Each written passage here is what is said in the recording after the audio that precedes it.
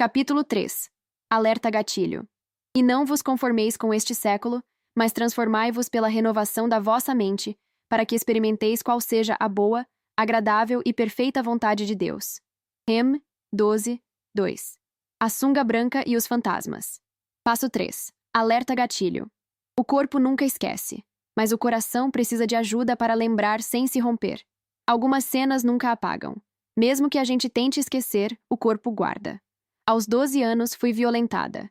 E durante os 2 anos seguintes, ele continuou me ferindo emocional e fisicamente.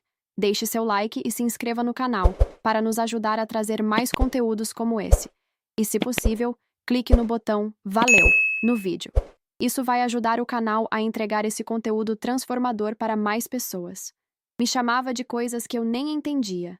Entre elas me intitulava sua prisioneira branca. Ele era do candomblé. Usava guias coloridas, pretas e vermelhas. Tinha o corpo forte, a pele queimada de sol, tatuagens espalhadas. O maxilar avançado o tornava reconhecível de longe. Não era bonito, era grotesco, mas causava medo. E medo, às vezes, é confundido com respeito. Muitas vezes, ele aparecia sem camisa, ou com uma sunga branca. Sim, uma sunga branca.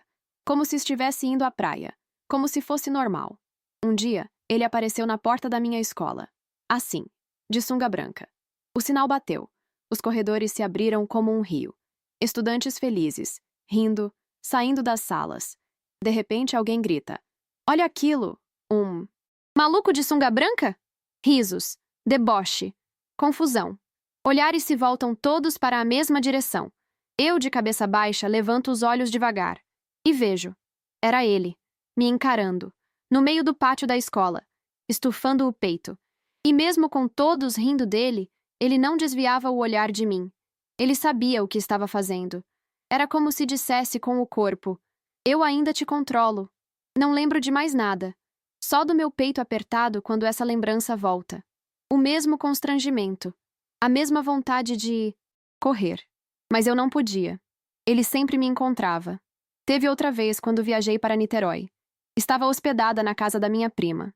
Ele ligou. Disse que estava no Rio. E ameaçou aparecer ali mesmo, no prédio. Como se fosse uma loucura de amor. Como se não conseguisse ficar um dia longe de mim. Eu tinha 13, talvez 14 anos.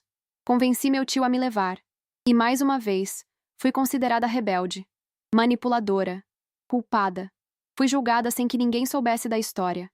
Sem que ninguém perguntasse se eu estava segura. Aos 15 anos, voltei para passar férias em Niterói. Mas dessa vez, eu estava diferente. Estava desperta. Estava livre dele. Foi pouco tempo depois de um acontecimento que marcou minha virada. Ele entrou na nossa casa e roubou a carteira do meu irmão. Foi a primeira vez que, mesmo sem palavras, eu consegui dizer algo. Meu pai percebeu. Me olhou com aquele olhar silencioso de quem já entendeu tudo. E me estendeu a mão. "Pai, vamos para Niterói? Por favor." Ele não perguntou nada. Apenas disse sim. Fomos. Papai, mamãe, eu e minha irmã mais velha. Ficamos hospedados no apartamento da tia Ana, em frente à praia de Icaraí. Só nós 4. Ali, naquele refúgio à beira-mar, o silêncio já não era opressor. Era paz. Era proteção. Foi um dos raros momentos em que me senti segura de verdade, em que o ar entrava inteiro pelos pulmões, em que os fantasmas, por um tempo, pareciam ter perdido meu endereço. Passo 3. Alerta gatilho. O que fazer quando a lembrança volta como se fosse agora? Gatilhos são como alarmes emocionais. Eles não pedem licença. Eles apenas disparam. Às vezes, é um detalhe. Uma palavra dita de forma parecida. Um homem andando sem camisa. A cor branca de uma roupa. Uma risada debochada. Um cheiro que lembra o dia da dor. De repente, você não está mais onde está. Você volta para aquele momento. A sensação é de que está tudo acontecendo de novo. E o corpo reage. A garganta trava. A respiração muda. A pele arrepia. Você quer fugir, ou sumir, ou gritar. Mas nem sempre pode. Por isso, o terceiro passo da jornada a ela é aprender a dar nome aos gatilhos. Nomear é começar a desarmar. Quando você diz, "Isso é um gatilho", você separa o passado do presente. Você ancora sua mente no agora, Você devolve ao seu corpo a segurança que ele perdeu por instantes. Gatilhos não significam que você está regredindo. Eles significam que sua história ainda está viva e precisa ser acolhida. Mas você não precisa viver refém deles. Você pode aprender a reconhecê-los. Respirar fundo. Se afastar. Se proteger. Se cuidar. Gatilhos são sinais. E sinais foram feitos para guiar, não para dominar. A sunga branca foi um dos meus maiores gatilhos. Hoje, escrevendo sobre ela, percebo que algo mudou. Não porque dói menos, mas porque agora sou eu quem conto a história. Não mais ele. Não mais o silêncio. Não mais o medo. Por que nossa mente reage antes mesmo de entendermos o porquê? Um gatilho não é apenas uma lembrança. É uma reação automática do corpo e da mente diante de algo que se parece, ou se conecta, com um trauma já vivido. Segundo a psicotraumatologia, o trauma não fica armazenado na mente como um arquivo completo. Ele se fragmenta em pedaços, sensações físicas, imagens mentais, emoções congeladas, reações de luta, fuga ou congelamento. Por isso, quando um gatilho é ativado, seja por um cheiro, uma palavra, uma roupa, uma luz, um som, o corpo reage antes mesmo que a mente compreenda. É como se a alma dissesse: já vivi isso, me proteja agora. A memória traumática mora na amígdala cerebral, que registra o perigo, e não no córtex racional, que organiza os pensamentos. Isso explica por que muitas vítimas reagem com pânico, confusão ou descontrole, mesmo em situações aparentemente pequenas. Elas não estão exagerando. Elas estão reagindo à sombra de algo que um dia quase as destruiu. Compreendendo os gatilhos com a TIM. A teoria da inteligência multifocal, desenvolvida por Augusto Cury, nos ensina que os pensamentos não surgem prontos. Eles são formados a partir das nossas experiências registradas em janelas da memória.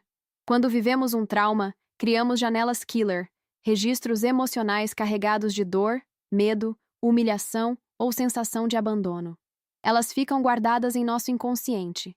E quando algo acontece, uma cena, um cheiro, um olhar, uma palavra, que se assemelha à dor do passado, essas janelas se abrem.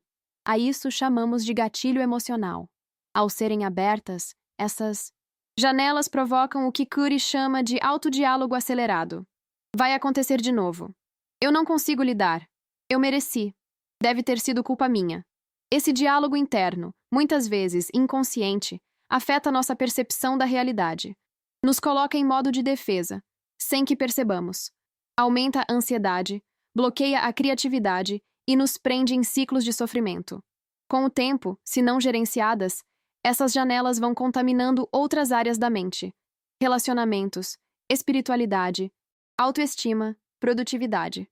Por isso, entender o funcionamento dos gatilhos não é só importante, é libertador.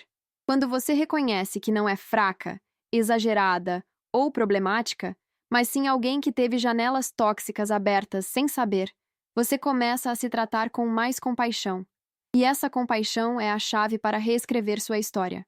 Quando a dor entra em circuito fechado. A teoria da inteligência multifocal, do Dr. Augusto Cury, nos ensina ainda que a mente pode ser sequestrada por lembranças traumáticas que se conectam em um circuito fechado de memória, CFM. Funciona mais ou menos assim. Um trauma ocorre e se registra como janela killer, uma memória intensa, mal processada, carregada de dor. Essa janela, quando acessada por algum gatilho, se conecta a outras janelas parecidas. Rejeições, humilhações, abandonos. A mente então entra em modo automático. Revive o trauma, sente a dor, produz pensamentos acelerados e emoções negativas, tudo em fração de segundos. Esse é o circuito fechado de memória, um sistema de lembranças interligadas que se retroalimentam, criando a falsa sensação de que nada mudou e nunca vai mudar. É por isso que, mesmo anos depois de um abuso, certas pessoas não conseguem tocar no assunto sem chorar, travar, fugir ou até mesmo adoecer fisicamente. Elas não estão presas ao passado. O passado é que está preso nelas. Como identificar se você está em um CFM? Você revive repetidamente uma situação como se ainda estivesse acontecendo? Sente culpa por lembrar? Tem reações intensas e desproporcionais diante de pessoas, lugares ou palavras específicas? Acorda cansada, Como se tivesse brigado a noite inteira com alguém ou consigo mesma? Se sim, é bem possível que seu cérebro esteja operando sob o domínio de um circuito fechado de dor. Mas isso não é sentença. É diagnóstico. E diagnósticos servem para nos ajudar a encontrar o caminho de volta. Como sair de um circuito fechado de memória? Aqui vão ações práticas, alinhadas a TIM, para reabrir esse circuito e devolver o controle à sua consciência. 1. Interrompa o pensamento no início. A janela killer se fortalece quando você permite que ela crie autodiálogos destrutivos, como: isso sempre acontece comigo. Eu não sou suficiente. Nunca vou me curar. Ao identificar essas frases, interrompa conscientemente e troque por declarações de lucidez emocional, mesmo que ainda não pareçam verdade. Experimente. Essa dor faz parte da minha história, mas não define quem eu sou.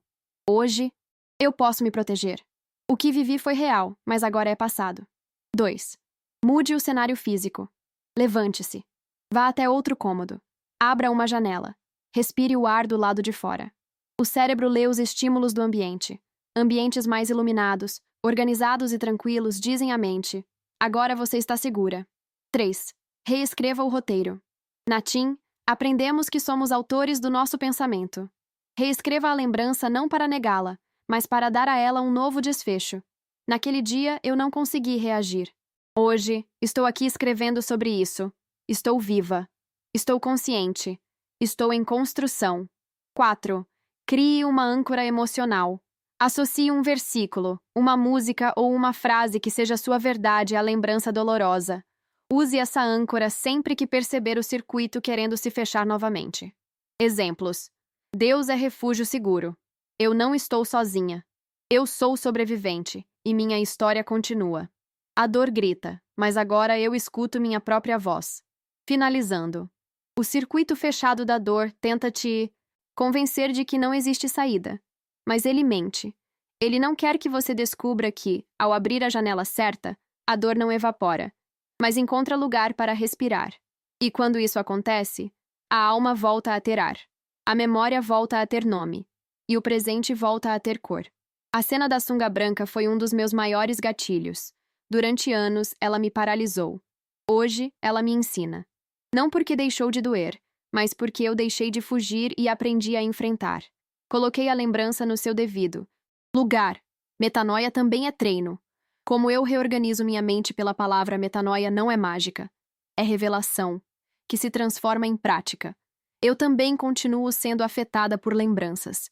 Gatilhos ainda aparecem. Pensamentos ainda surgem. Inesperados, desajustados, às vezes sombrios. Mas eu aprendi algo que me libertou. Pensar algo não é pecado. Alimentar esse pensamento é escolha. Já ouviu aquele ditado? Você não pode impedir um pássaro de voar sobre sua cabeça, mas pode impedir que ele faça ninho. É exatamente assim que vejo os pensamentos intrusivos que vêm da dor. Quando algo ruim surge na minha mente, eu paro e digo a mim mesma: 1. Está tudo bem. Pensar não é errar. O pensamento veio do inconsciente, e eu não sou ele. 2. Agora eu decido o que fazer com ele. E então, eu elevo meu pensamento ao alto. Levo cativo a obediência de Cristo. Segundo Coríntios 10, 5. E digo em voz alta, às vezes baixinho, só para mim mesma: eu levo esse pensamento cativo a Deus. Depois disso, me alinho com o que a palavra recomenda. Tudo o que é verdadeiro, tudo o que é honesto, tudo o que é justo, puro, amável, de boa fama, se há alguma virtude e se há algum louvor, nisso pensai. Filipenses 4:8. É assim que eu treino minha metanoia. Não é negar o que penso, é escolher em que quero habitar. Você também pode fazer isso. Quando a dor tentar ditar sua verdade, eleve seus pensamentos ao alto, porque metanoia não é apagar a memória, é ensinar sua mente a lembrar de forma redimida, com Jesus no centro, com você no comando, e com o trauma no seu lugar, fora do trono da sua mente. Escreva, cure, compartilhe. Você consegue reconhecer o seu maior gatilho? Pode ser uma lembrança específica, um som, uma palavra, um gesto, ou até mesmo um olhar. Descreva com sinceridade.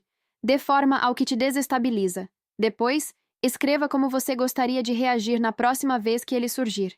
E, se hoje você não conseguir escrever, tudo bem. Feche os olhos, respire fundo e apenas diga a si mesma: isso é um gatilho, mas eu não sou mais aquela menina. E isso não é o meu fim. Lembre-se, nomear um gatilho é o primeiro passo para desarmá-lo. Você não é o trauma. Você é quem sobreviveu a ele. E agora está escrevendo para viver, não mais apenas para suportar. Você tem nome, tem história, tem voz e tem luz. Escreva, cure. E se quiser, compartilhe. Alguém pode encontrar saída exatamente na dor que você conseguiu nomear. Hoje, eu conto. E ele não controla mais nada. Há um instante em que a lembrança vem, mas não domina mais. Esse instante tem nome: metanoia. A virada sagrada. O momento em que a mente, antes refém do medo, se alinha com a verdade. Metanoia é quando você não se explica mais pela dor, mas pelo que sobreviveu a ela. Jesus entra na memória e coloca a luz onde só havia sombra. O trauma grita: você ainda é minha, mas o céu responde: ela é minha agora e está livre. Minha, ela. Gostou? Por gratidão, faça a sua contribuição para o canal.